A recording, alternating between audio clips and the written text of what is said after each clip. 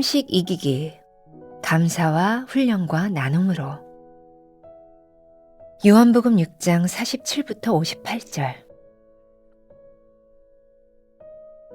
진실로 진실로 너희에게 이르노니 믿는 자는 영생을 가졌나니 내가 곧 생명의 떡이니라. 너희 조상들은 광야에서 만나를 먹었어도 죽었거니와 이는 하늘에서 내려오는 떡이니 사람으로 하여금 먹고 죽지 아니하게 하는 것이니라.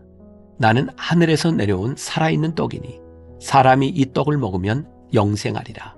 내가 줄 떡은 곧 세상의 생명을 위한 내 살이니라 하시니라.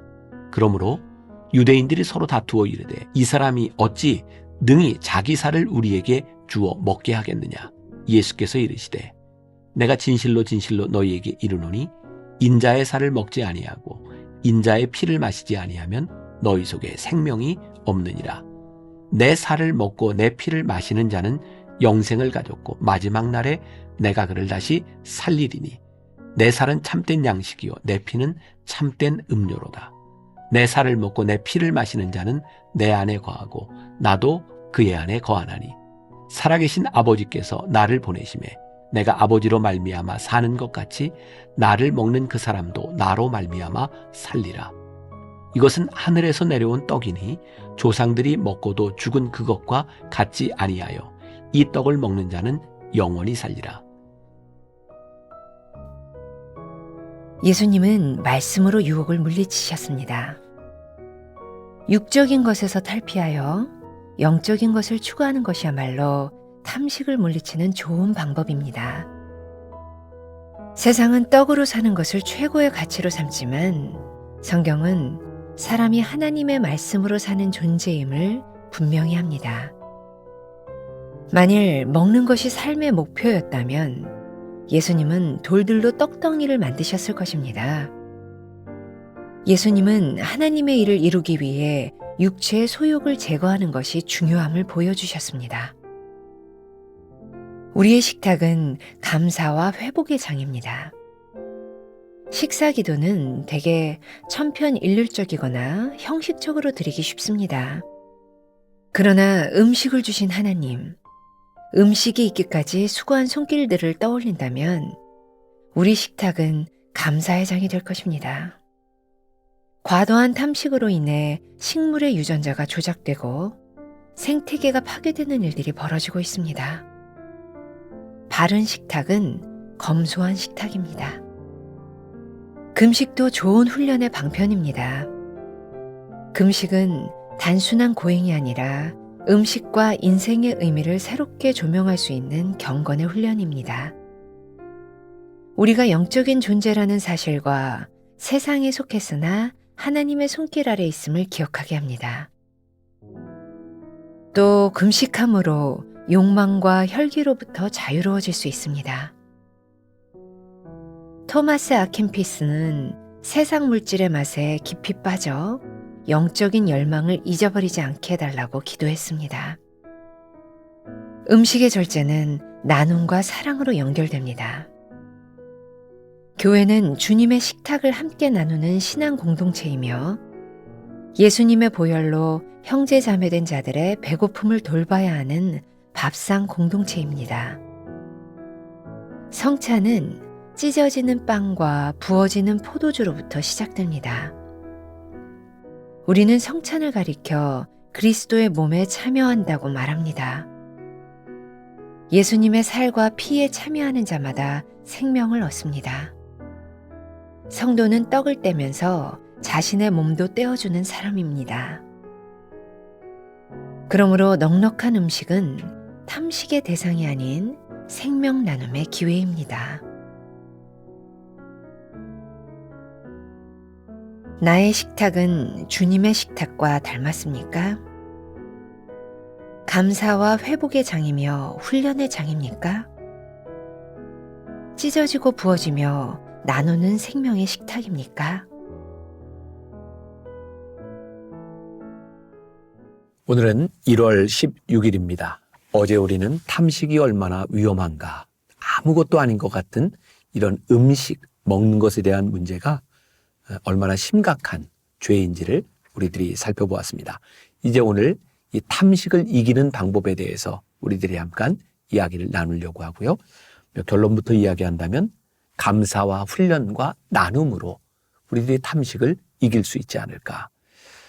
오늘 요한복음 6장 47절부터 58절까지의 말씀에는 생명의 떡에 대한 예수님께서 우리들에게 생명의 떡으로 오셨다라는 말씀이 있어요.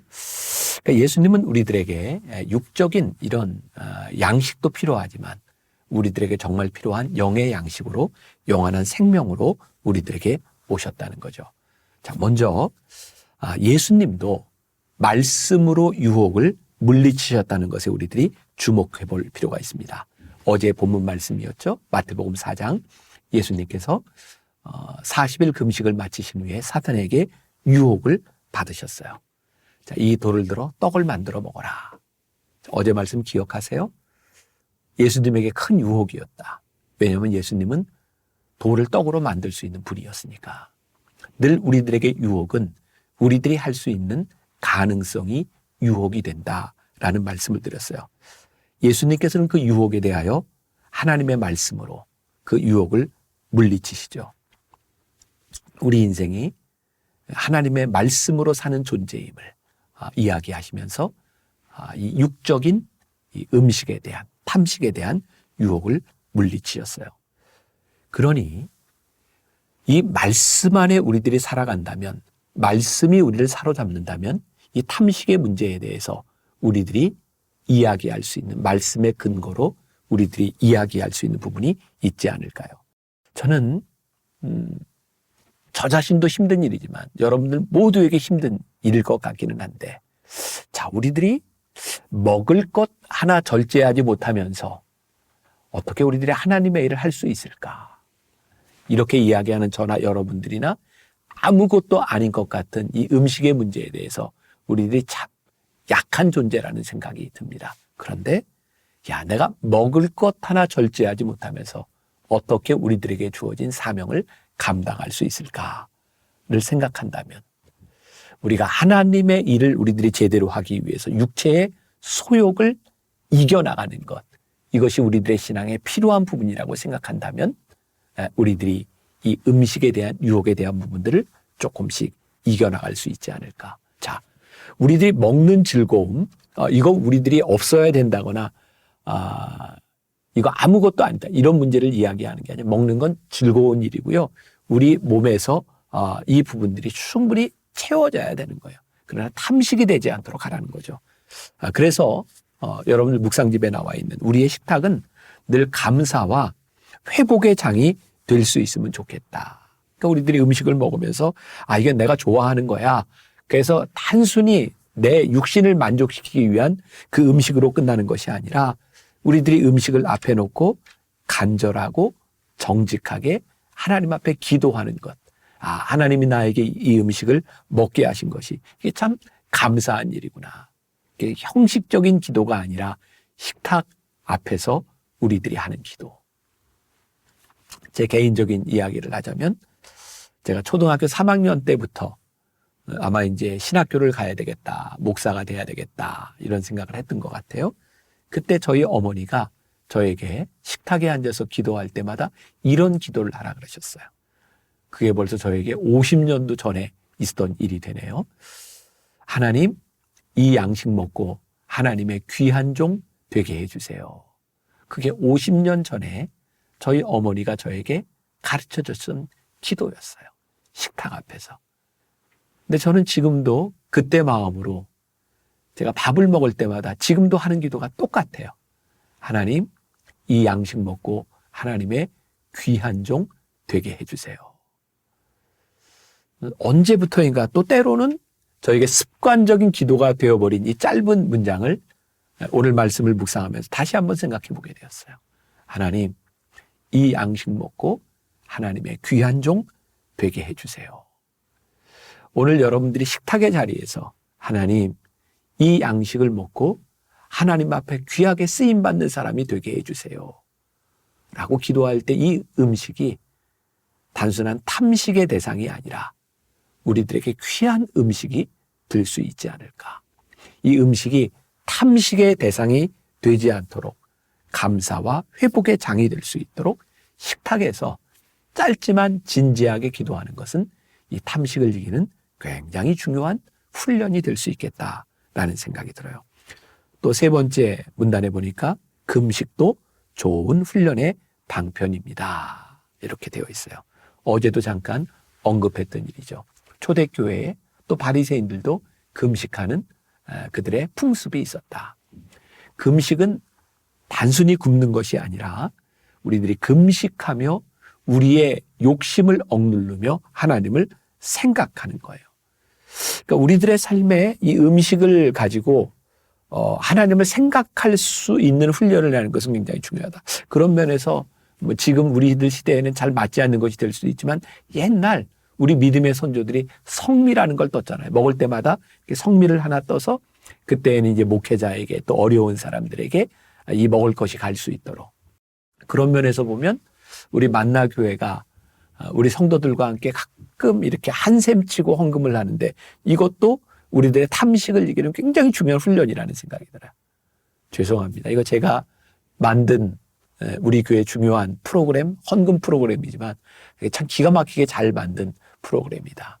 우리 커피 한 잔 먹은 셈 치고 우리 가족들과 함께 소고기 먹으려고 생각했는데 소고기 먹은 셈 치고 돼지고기 먹으면서 조금 싼 거 먹으면서 이것이 누군가에게 도움이 될 수 있도록 살아가는 것.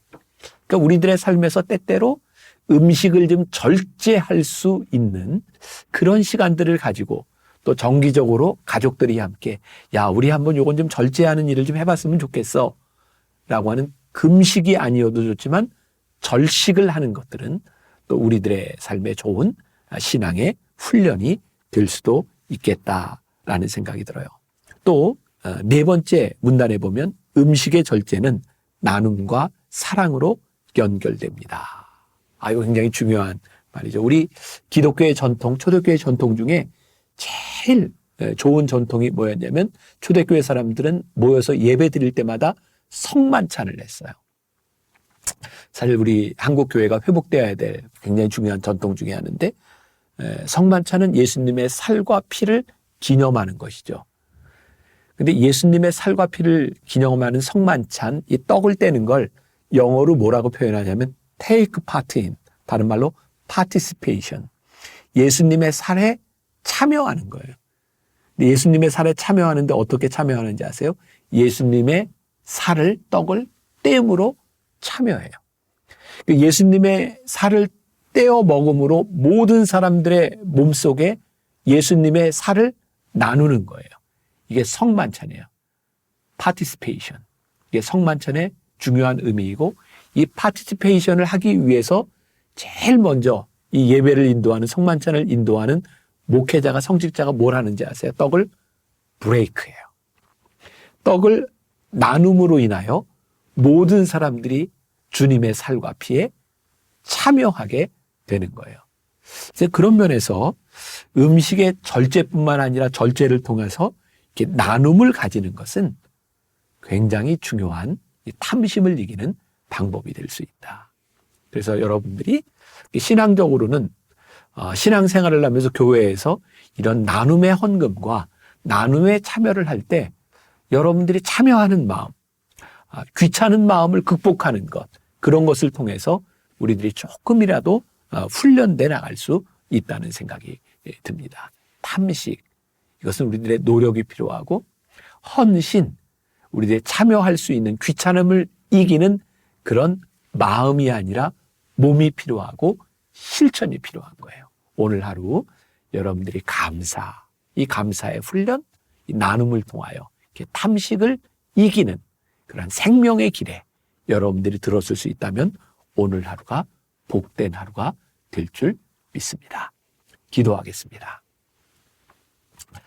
탐식을 이기기 위하여 감사하라고, 때로 우리들이 음식을 절제하며 하나님을 생각하라고, 또 나눔을 통하여 누군가를 생각하는 것을 통하여 우리의 탐식을 이길 수 있노라고 방법을 우리들에게 알려주셨습니다. 오늘 하루 우리들의 삶의 한가운데서 이 탐식을 이기는 훈련이 또 놀라운 역사들이 나타나게 하여 주옵소서. 예수님의 이름으로 기도했습니다. 아멘.